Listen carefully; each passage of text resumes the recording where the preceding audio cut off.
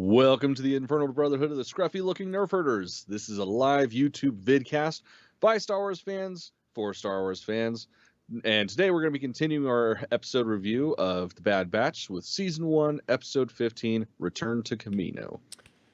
This is part 1 and 2 of the ending. It was fucking good. I mean, this is it. This is, that's the penultimate, right? Yes. Yeah. So we finally got it. We're here. And yeah, initial thoughts, you really liked it? Yeah, absolutely. I was a little worried because, of course, we watched it on our romantic getaway over the weekend, laying in bed and cuddling and stuff with the power out. It was a thing, just what dudes do. But it was like I was pretty drunk at that point, if I remember correctly. So it's like it might not have been as good as I thought. Watching it again right before we got on, it's like, okay, I didn't hate this episode.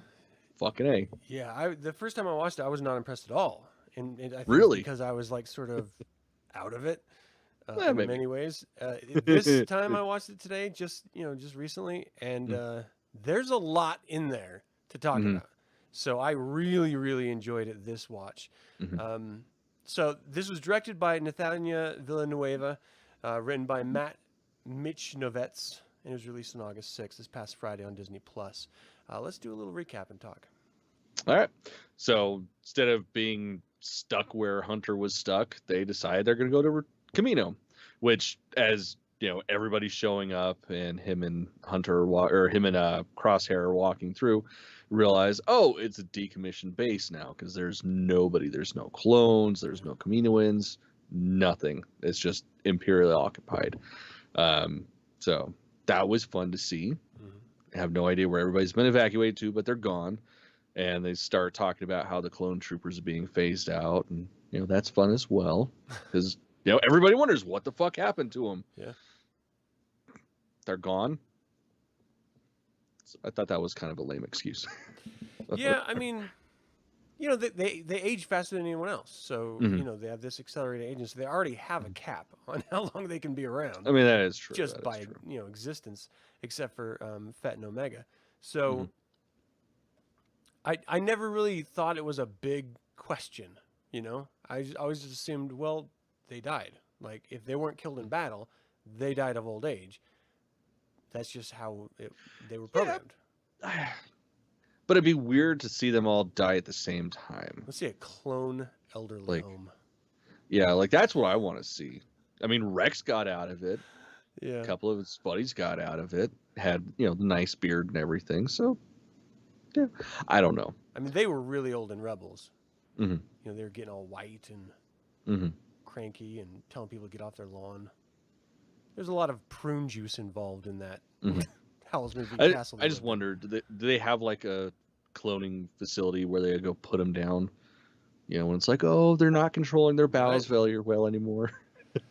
Oh, that's funny. Put them out to pasture. Yeah. I really liked that interest because Crosshair was telling him, look, I'm giving you a choice that you never gave me. And it's setting up the sort of reveal at the end early on. And so it's got my wheels start turning once he says it. I'm like, wait, what? Is it going to be like the child or your family type thing? Like every villain does, hanging them over like a pit of acid or something. It's like, who are you going to choose? Or, like hang two people ready to drop them and Superman can only save one of them in time. I thought that was going to be the payoff, but it ended up being much more interesting, I thought. Yeah, definitely. I really like that. I like that they came back to where it all started for the end, right? I mean, it's a great setup to say, look, Hunter is just luring in the Bad Batch. We think so that he can kill them, but ultimately, I think he's trying to get them to familiar territory so they can maybe, get them back to where we all started, get them back in the headset that Crosshair is in, and maybe then I can finally make them see what I'm seeing, because they're clearly the defective ones in this situation. And, it's so much so that they abandoned me. Like, I just love that so much. Yeah, they completely flipped that character, actually made him, you felt bad for him. You understood his motives. I couldn't believe that they made me like that character. I would Right? never have guessed that I would end up liking that character because I thought he was a piece of shit. Yeah. Well, I mean, that's What? what he was. He was the heavy. He was the bad guy. Like he was the Yeah. one twirling his mustache at the beginning of the show. It was just always set up that way. So for them to be able to actually flip him in an episode, and not even like the entire episode, it's like the last couple minutes of the episode, and you're just like, "Fuck, I get it." That was pretty impressive. Yeah. So Crosshair actually turns on the homing beacon of Hunter, which then lures the rest of the Bad Batch to rescue him back on Kamino. They know it's a trap, but Omega, being that she's lived... This is the first time I thought Omega was actually useful in a realistic way. Yeah, 100%. Like, of course she would have knowledge of this stuff, especially if she watched the Bad Batch being born, and it gives us the sort of genesis of the Bad Batch. It explains why she was connected to them, because I was bitching about this episodes ago. Like, why does she care about them? They're just more clones. But it turns out she was born in the exact same place, and she watched them be born and grow. You know, she doesn't have the de-aging that they have, and so she's able to still be a child and yet have all that visual memory of those moments, that, you know, the sort of life experiences that they went through. And I thought that added so much context. Again, this episode, in one episode, for me, resolved almost every single problem I had with this series. Right? Blows my mind. And the more I think about it, the more I actually enjoy it. I don't necessarily like her anymore than you know, I may have before. Yeah, no, I'm still not a fan. But I like the idea. And then Nalase, I think that's how you say their name, the scientist, she was doing all this stuff sort of under boards. Like, no one really knew about what she was doing. The Kaminoans, the other ones, I don't think knew. I think it was all a huge secret. Yeah. But which makes more sense why they took her as the captive rather than any of the other cloning in the species. It's like, okay, well, she's the one doing the experiments. That's why. You know, that also explains a couple episodes ago me freaking out for no reason. So maybe I should just learn patience. No. Okay. Fuck that. That's boring. No patience, just fly by the seat of my pants like I normally do. Absolutely, just pure reaction. Yeah, I loved it. And then we got to see AZI-3 again, which I don't care. He's just another one of those throwaway droids for me. I didn't. I was never really I liked Cad Bane's droid more than I liked AZ-3 or AZI-3. Aziz.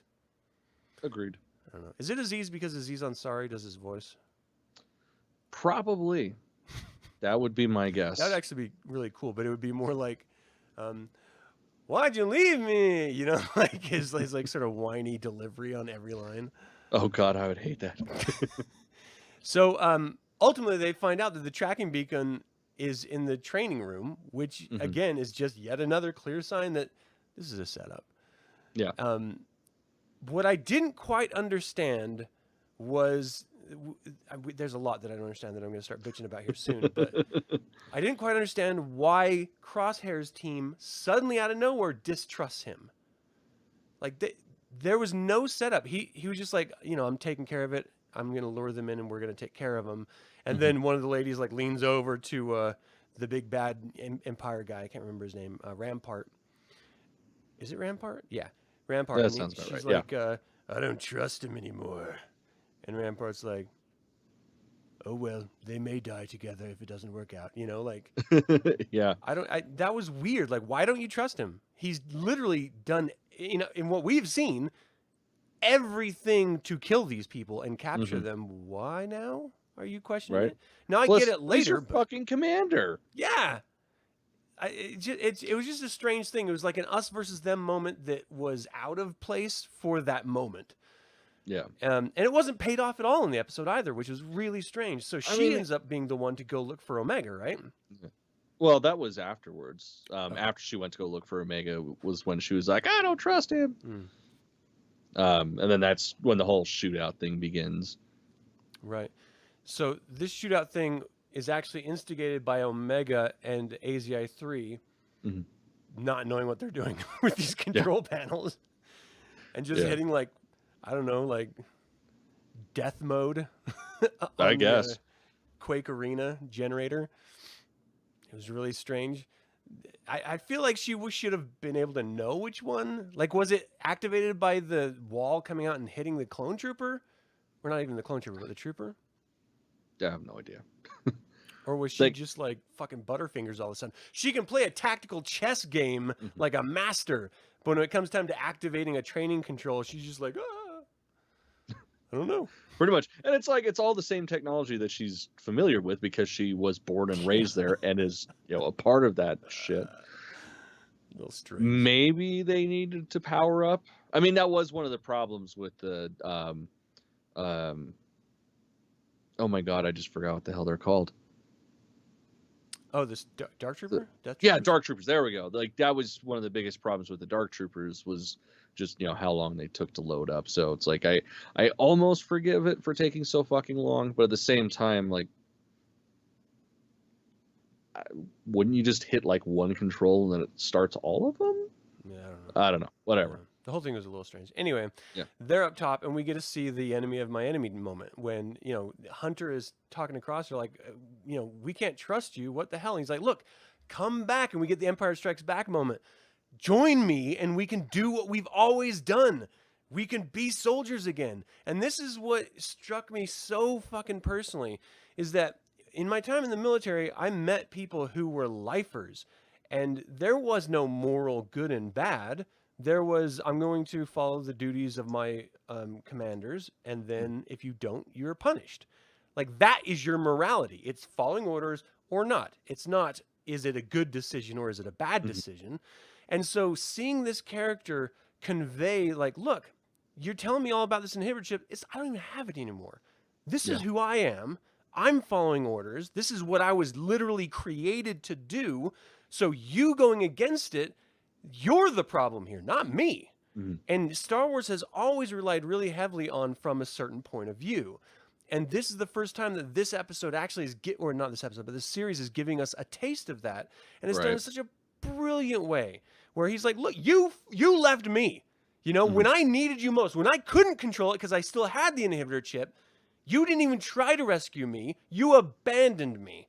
And now you're going around saving a bunch of other clones and doing a bunch of good in the galaxy. What about me, your brother, who was raised with you, who bled next to you, saved your life, you saved mine? Like, what about that? I was just like, holy shit. I mean, he was trying to kill them, but, whatever. But it was the inhibitor chip. Like, he didn't, at that moment, he didn't have a choice. He was literally, like, programmed out of his mind. Then later, he removes it. And now he's doing what he's doing, not to kill them, but to try to get his brothers back. And he's gonna be real pissed when he finds out about Wrecker trying to kill them. Yeah. And them doing everything in their power to save them. Yeah. Ugh. It's just it was a whole different ballpark at that moment. It just opened up so many different avenues of thought and consideration, and I loved it so much. And then there's that great moment where, they see the world completely different. They see the Empire completely differently. They see morality completely differently, but ultimately they want to save each other's lives. And so they're going to fight these droids that Omega activated and try to, save their friend. And ultimately when it came down to it and they had to, stun him or else he was going to shoot them, because it did come down to you're not with me against me type moment. Orbital bombardment starts happening. They stun him and they go to rescue him, take him out. It was just like every Saturday morning cartoon when the good guy and the bad guy team up, you knew it was going to happen. I mean, we even talked about it early on. I thought it was going to be bounty hunters, but this is just as good. And now, I think it's going to be, if they get off that planet.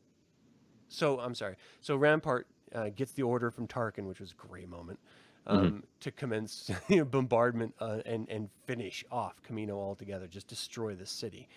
And so, of course, they do the orbital bombardment while the team is trying to escape and stuff. And the episode ends before we actually know, which, of course, at least most of them are going to get out, if not all. But all of them are going to get out. Come on, of course they will. I can see a sacrificial moment coming up.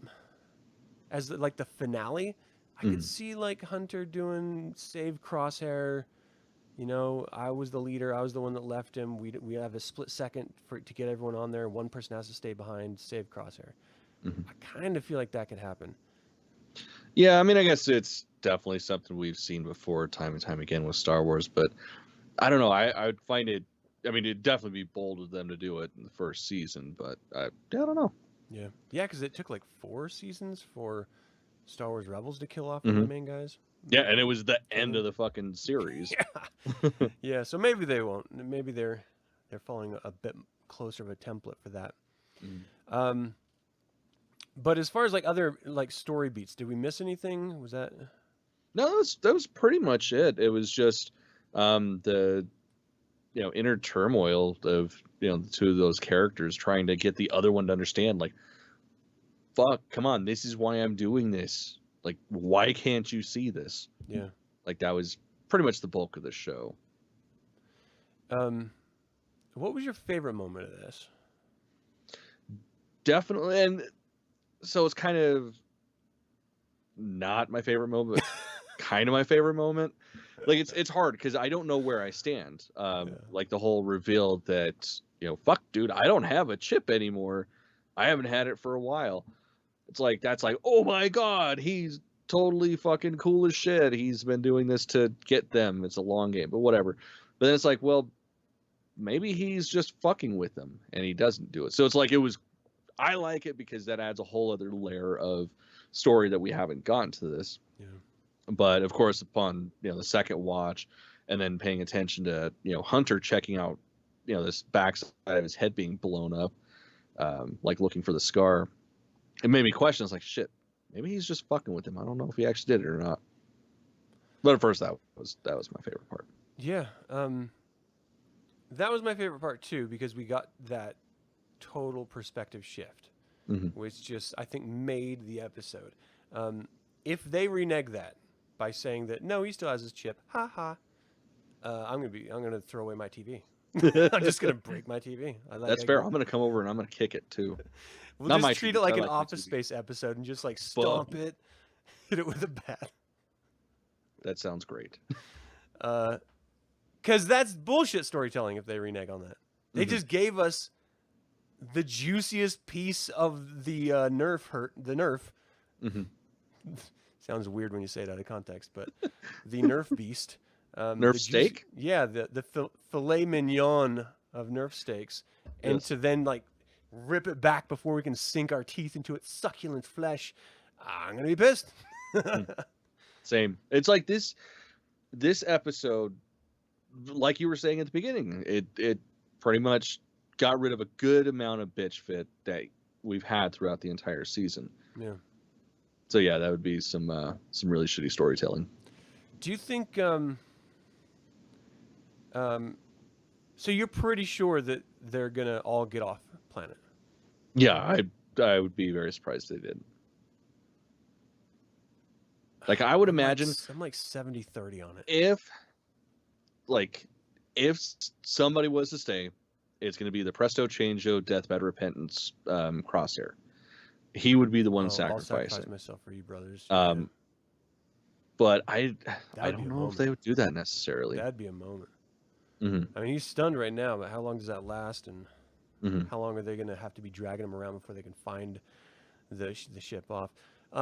For like a half a second, I thought those tubes of traveling to the city from other areas was a little convenient, but then I thought more about it. I was like, nah, it makes perfect sense. You have to be able to get in and out, especially if you're going to have a secret laboratory. But just in general, there's got to be more ways to get on and off out of a city. Just like every modern city, you got sewage systems right. In addition to everything else. In these futuristic cities, there's got to be more than just the landing ports, landing bays, on the surface of the thing. And I loved seeing that reveal of, no, it's a proximity sensor. You got to get close to the ground for it to activate. And she didn't describe it like that for that landing port. Yeah, because that would have just made sense. Yeah. She's like, get lower, get lower. If we're going in lower, we'll be subterranean. It's like, fucking just say it's a proximity sensor, bitch. Like, that's all you gotta do. And problem solved. You don't have to go back and forth.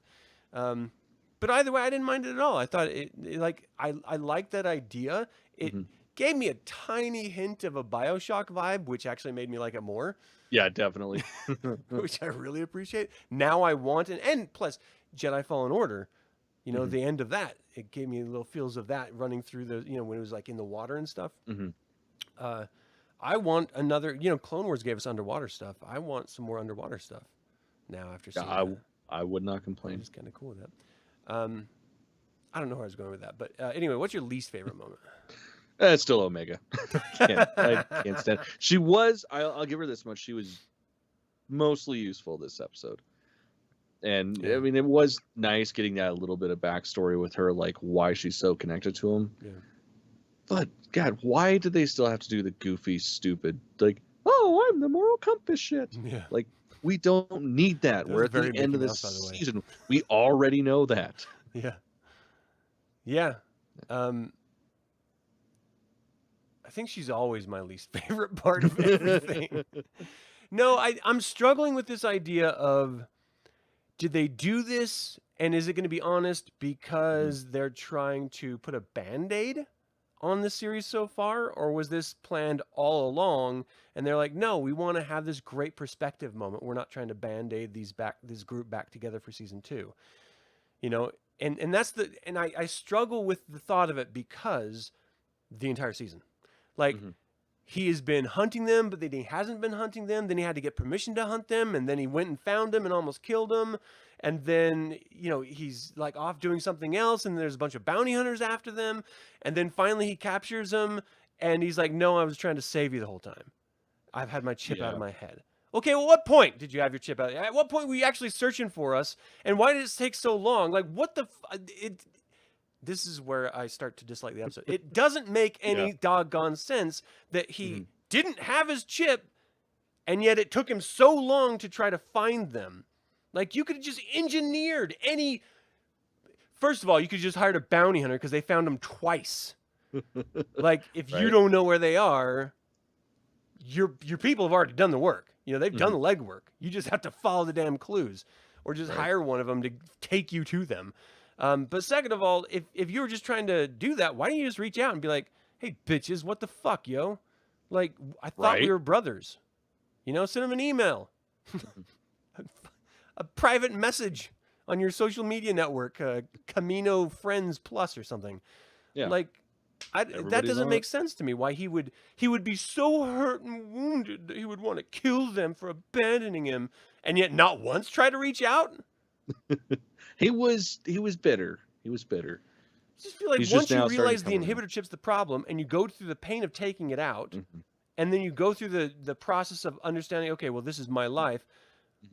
Why would you wait for this elaborate moment to reach out? Why don't you just send a comm out there or something? I don't know. Like, I just feel like if they wanted to set this up, they could have done it in a way that would have like led us a little bit better into the reveal, rather than just dumping it on us and having a second guess whether it's true or not.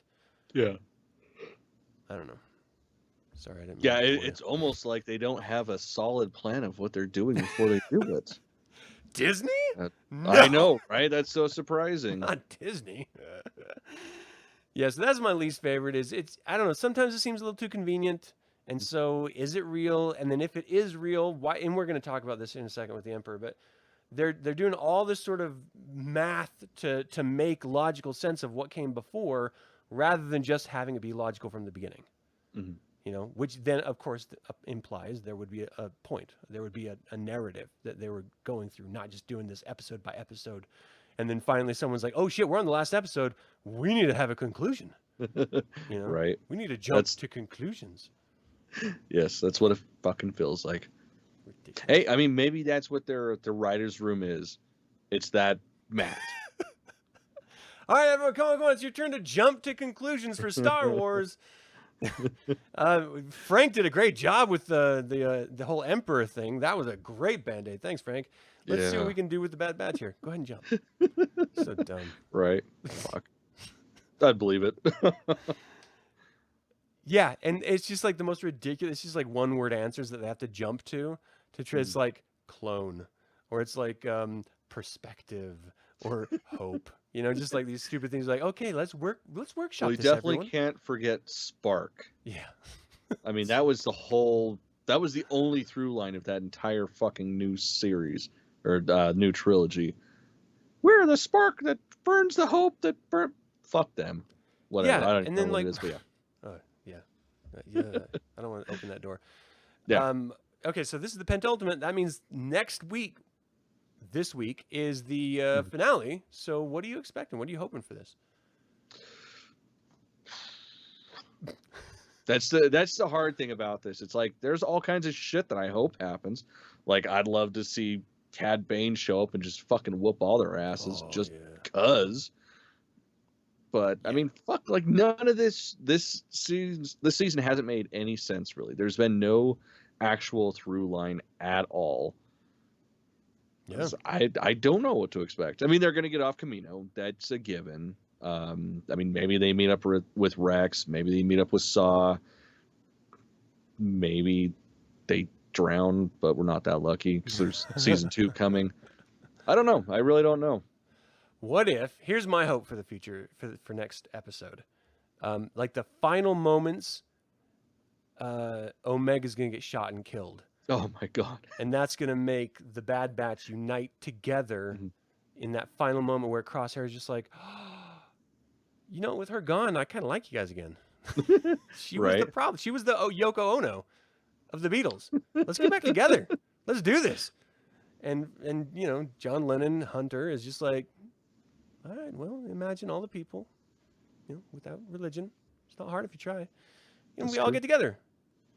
That's my hope. Omega dies. That'd be fantastic. That would never happen, but that'd be so awesome. That'd be fucking amazing. Because the show is called The Bad Batch. The show is not called Omega and the Bad Batch or Omega and the Bad Five, you know? Because it seems like this weird, like, it's like a dad with all of his stoner friends helping out his kid in the garage band battle of the bands in high school, where Omega's the kid who's like, I don't have any friends from my band, but I do like to sing. And the dad's like, I got you, honey. I'll take care of it. And he gets all of his stoner friends together. This is a movie that's never been made that should be made. And they all get together and they win the battle of the bands. That's what this show is. It's like, I would rather watch that than this. It's actually a good idea. I should put this together. Should write a script. Yeah, that's what this feels like to me. And it doesn't. We need it to be the Bad Batch again, which means you need the whole group together. Yep. And I like that this Omega could end up just being a stepping stone, right? She is what revealed the importance of them in their connection together, where they came from. She could have been the stepping stone to help them step outside of just following orders into, no, sometimes we should just think for ourselves rather than just following orders, and we can have our own sense of morality that's not instilled in us from birth. And so she could be the stepping stone of growth rather than one of the Bad Batch dying, because I feel like a death is coming, and I don't think it's going to be Rampart. I think it's going to be... like to see. Yeah, no, of course it won't be him. He's the big bad. Yeah. Yeah. I like that idea though. Yeah, I do like the idea of someone dying, definitely. Well, I like the idea of Omega dying specifically. Especially her. Like, just end the episode. It's over. We all know it's over. And it's like, well, fuck, nothing happened. And then just out of nowhere, fucking Cad Bane, you fucked up my droid. Pop! Right in the forehead. Ha ha! And then he just flies off in the sun. Yeah. Bitches! that'd be fantastic. What if Omega dies, but they take her body and they stuff her in the Gonk droid? And they just use the Gonk droid as like a cremation urn. I mean, that's what I want done with me now. That sounds pretty awesome. He's in the Gonk droid, my late husband. That's what he wanted. I mean, and then, okay, bear with me for a second. That's when Red Harvest virus starts coming out. And then Omega becomes the first. What if the Gonk droid was picked up from the Death Trooper's ship? Mm-hmm. And this whole time he's been carrying this virus that someone just has to be inside of him to contract. Omega gets, after she gets killed, she contracts the virus. It reanimates her corpse. We get the scene of her crawling out and like bloody gore and pus and worms. And yeah, dude. I would shit myself. I would just cry out of happiness. That would be amazing. And then that leads into the whole Death Troopers series, the animated series that they have to do, Disney. Come on. Oh my God. That's just it's a win. You could just have it as like not even a premium service. You could just sell it and people will buy it to watch it. Like that, sell it for $10 or $15 is like any DC animated film. People will pay money for that. Like, what are you doing? Chewbacca, Han Solo, zombies, Death Troopers. Yes. Spoiler, Adam. Oh, we I'm don't sorry. know about them from the beginning. I mean, you know, Some people, mysterious rogue, awesome people. Yes. some swashbuckler, Yes. that really loves Leia. Okay. Anything else you wanted to cover with this episode? Nah, we got it. I like the trajectory this took. I really enjoyed it. Same. You know, I Same. wish I could bitch more because I love it, but Yeah. I enjoyed it. All right, we do have a couple bits of news that we think are worth sharing, so we're going. Why does it always do that? It just because like, you said, "Oh, obviously it won't be like that. It'll be like this." yeah. So then it was. So Lucasfilm historian J.W. Rinsler recently passed away on July 28th, 2021. He died at his home in Albion after an 11-month bout with pancreatic cancer. He was 58. He gave us an amazing array of content for Star Wars. First and foremost, he wrote the making of Star Wars for the film's 30th anniversary in 2007, and it was just this archival project that he took upon himself. And in addition to that, he has a legacy of more than 25 books, including the complete making of Indiana Jones, the making of The Empire Strikes Back, making Return of the Jedi, etc. He's the author of 3 New York Times bestsellers and a London Times bestseller for the novel All Up. He's just got an amazing history of just providing insight and archival perspectives for some of the greatest sagas, you know, from Indiana Jones to Star Wars, that are, you know, exist from the human mind. And it's because of him that he's sharing these and doing that hard work of digging through notes and yellow note stencil pads and stuff that we have the knowledge that we do. Because otherwise, it literally would not. It would just still be in a box somewhere. If it wasn't for him. So, you know, I hope you, the family, I, you know, give them condolences, and I celebrate this gentleman for everything he did for Star Wars. Thanks, man. Absolutely. So this next one, Disney finally announced that season 2 is happening. So, see, I feel like they'd already done that though. I thought they did too, but then I don't ever remember an official announcement. And then this came out recently as the official announcement, and so I was like, did we just hear it was greenlit through like the industry pubs, or was it not official, or I don't know. Yeah, I don't know. I'm always surprised about this because, you know, I watch a lot of Star Wars content online, and I'm stunned about how many people just love this without criticism, this series. It blows my mind, and it makes no sense to me.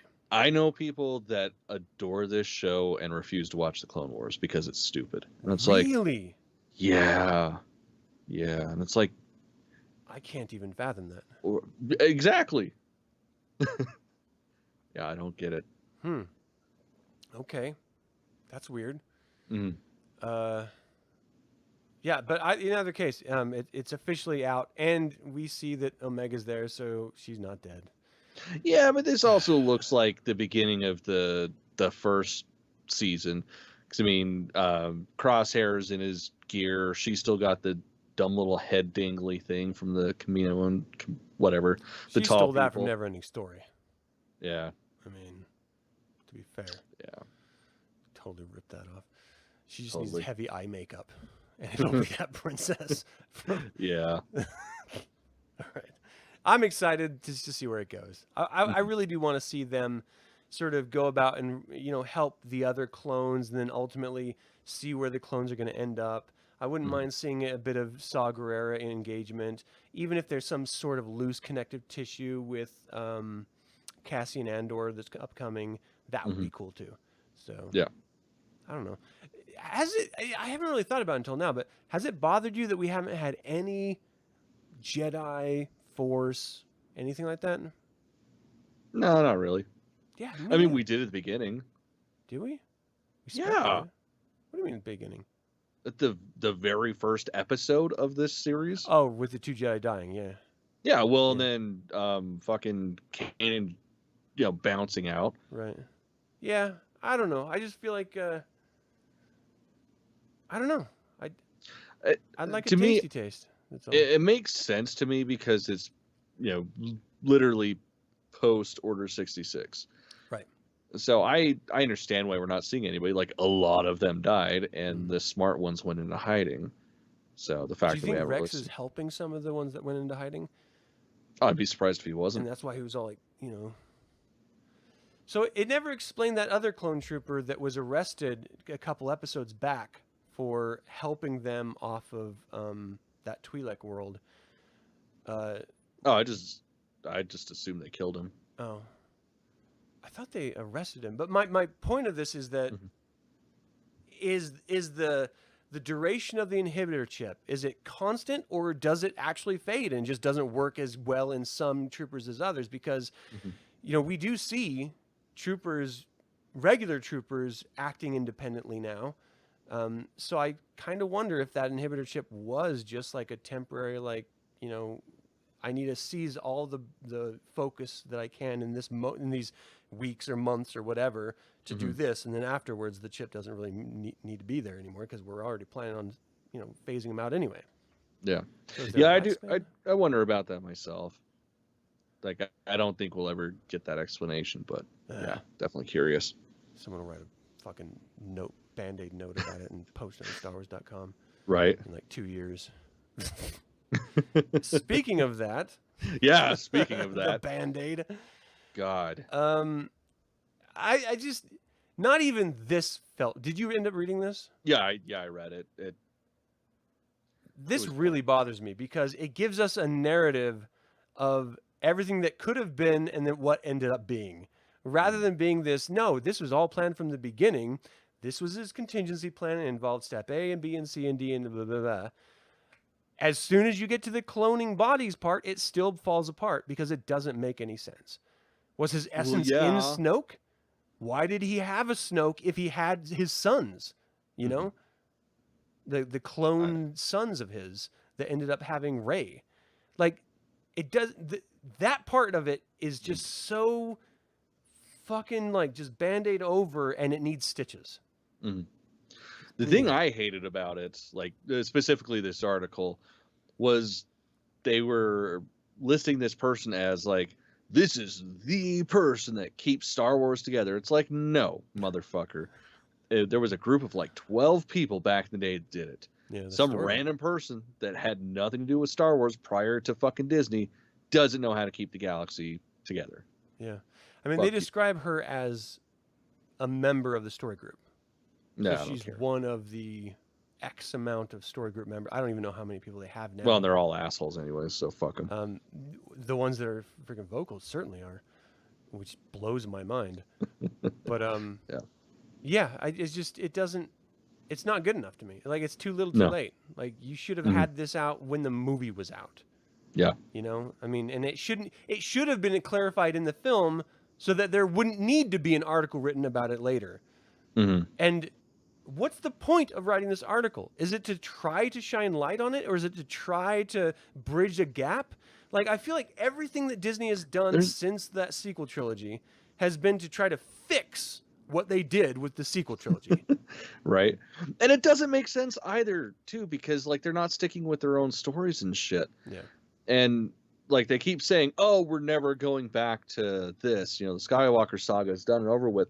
Then let the fucking dead horse die and rot, for fuck's sake. Yeah. Like, why do you keep kicking it and hitting it? Like, just leave it. Yeah. Because like they had ample time to explain in the books, the comics, all the shit that nobody gives a shit about because they don't do them well anymore. Or, well, I guess Disney never did. But still, like, they had all this time to explain it and didn't. And now that it's done and over with and supposed to be dead, now they're going to keep bringing it back. It's so fucking stupid. Yeah. Yeah, I don't know. If you want to see Disney's explanation for what happened after Return of the Jedi through the very last episode of the sequel trilogy, skipping over the other first two movies because they don't connect with it at all, then read the article. You're not going to feel better about it. No. Even people who liked the sequel trilogy, I've heard complain that it didn't make sense. So, good job, Emily. Right. This one catches me in the feels. We finally get this. When Disney Gallery came out for Mandalorian Season 2 and we only had that one episode, Mm-hmm. after having had, I think it was like 5 or something in the first season. The first season, yeah, there was quite a few. I was like, what the hell happened? What? And I understand you got to wait until, people have a chance to watch the finale because it was such a huge one, what we're seeing on screen, before you release it. But it still hasn't been released. But we do have a release date. August 25th, the making of the season 2 finale premieres in Disney Gallery on Disney Plus. And I think we need to do a live group watch. Absolutely. I mean, we get to see Mark Hamill playing with Grogu, and then they're going to go through the technology of de-aging his face or replacing it or whatever. But seeing Mark Hamill in the clothing, knowing he's doing the moves and stuff, that just makes me like it more. Mm-hmm. Like, I just assumed it was like, a stunt guy or something. Mm-hmm. Yeah, I figured they did like what they did at the end of Rogue One. Right. Yeah, but no. This is him. At least That's so insane. unless they, it just showed him in the outfit. So unless they replaced him at the last scene, which is totally possible. But I would like to think that Mark Hamill could do the sword play that we saw, because he wasn't like flipping or anything. Yeah. It just makes me so excited. I just love Luke Skywalker so much. Yeah. I can't. And Mark Hamill, I just want him there. And then I want him to like slip a little Joker. I want him to slip a little bit of What We Do in the Shadows character. I can't remember its name. I just want him to give us a little tasty taste of why this man should have his face etched on Mount Rushmore. Mm-hmm. Like, why the fuck are those guys up there? And yeah, this what the one fuck isn't? do they do? Nothing. Nothing compared to him. Nothing compared to Hamill. Hamill needs to be up there. They need to knock down Roosevelt or something. Yeah. Get Mark Hamill. I don't even know if he's up there, dude. I honestly don't know. I should look before I leave. Anyway, that's coming out. So stay tuned, because we're going to give you a heads up before we do the live watch. But yeah, you can join us if you have a Disney Plus subscription. Click the link in the description once we have that show live, and we can watch right along together with our own reactions and share our thoughts in the live chat. And then afterward, we'll just have a conversation about it. Hell yeah. So it'll be a great time. But that's not all. No. That's we got not all. one more. This one, I'm fucking stupid excited for. I can't believe I hadn't heard of it until you told me. I almost lost my mind. Yeah. It's like, so we know that we're not going to ever get Red Harvest or Death Troopers. Like, let's just be real. But just this fucking poster, like, I saw that and I'm like, oh, that's some cool fucking fan art. And then I realized that it was Star Wars releasing that. I'm like, what the fuck? Yeah. Yeah, good stuff. Halloween special. Oh my God. I'm so excited. So we will also be doing a live group watch for this. So stay tuned for that. This is going to be premiering on October 1st. So, I mean, we'll do what we can to try to get it on the day, or if not, then we'll get it soon, close to it. But basically, this is, in the same vein as the last Star Wars holiday special, which was the Wookiee Life Day one. I think it was 2 years ago, right? Or was it last year? I can't remember when. I think it was last year. But it was the last Legos holiday special. So I think it's interesting they didn't do another Life Day and they chose to do a October thing. So it makes me kind of afraid that they're going to go backward until eventually they do like an Easter thing. And then I'm just going to have to break the new TV that I just bought after having broken my last TV. Well, maybe they'll go to the roots of, the Ishtar mythology. And that could be fun. Okay. I don't know how, but whatever. I don't know what they're going to do. I'm just glad they're doing this. So this is going to be like an anthology episode where, there's a setup storyline of this crime boss Graballa the Hutt, like changing Vader's castle into the galaxy's first all-inclusive Sith-inspired luxury hotel. Hell yeah. Which I would love to visit as long as it doesn't cost as much as the Disney tours. Right. Hotel. Yeah. But BB-8, Poe Dameron, and they go there just to fix their X-Wing, and then they're led around by Dean, Grabella's a young boy who works as the mechanic for Grabella, and they venture down into the castle, and they get 3 interesting stories based off Sith artifacts. So none of this is going to be canon, but it is fun. Mm-hmm. Which... I mean, it could be canon. We don't know. I don't know. I think they said, like, all the Lego stuff... Yeah, like, no, none that's of it's all canon. like sort of like loose. You know, they Yeah. just have their own rules and stuff. Yeah, And no, I it's just think for funsies. Lego Star Wars is the only place that Grabel has ever been referenced to, right? The free I believe so. Makers series, or I don't know. Yeah, I believe so.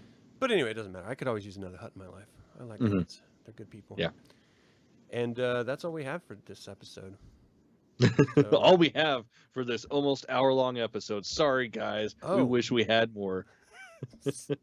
Okay, well, that's all we got for this episode, people. Thank you so much for tuning in live or after the fact. We appreciate your time and attention. If you like what we're doing here, go ahead and hit the subscribe button. And if you want to get notified, click that little bell and you'll get notified. Of course, if you like what we're doing, click the like button on the video and share it with other people. And let us know what you think. Are we off base with this episode? Is it much worse than we thought, or is it much better? Or is it refreshing to see us not completely tear apart the episodes every week? It's refreshing for me. Yeah, I'll just be honest. Me too. I needed this episode Yeah, desperately. definitely. Well, thank you all so much, and until next time, may the Force be with you. This is who I am. I don't know why I came. I sound like Palpatine. Whatever. Accept it. Something.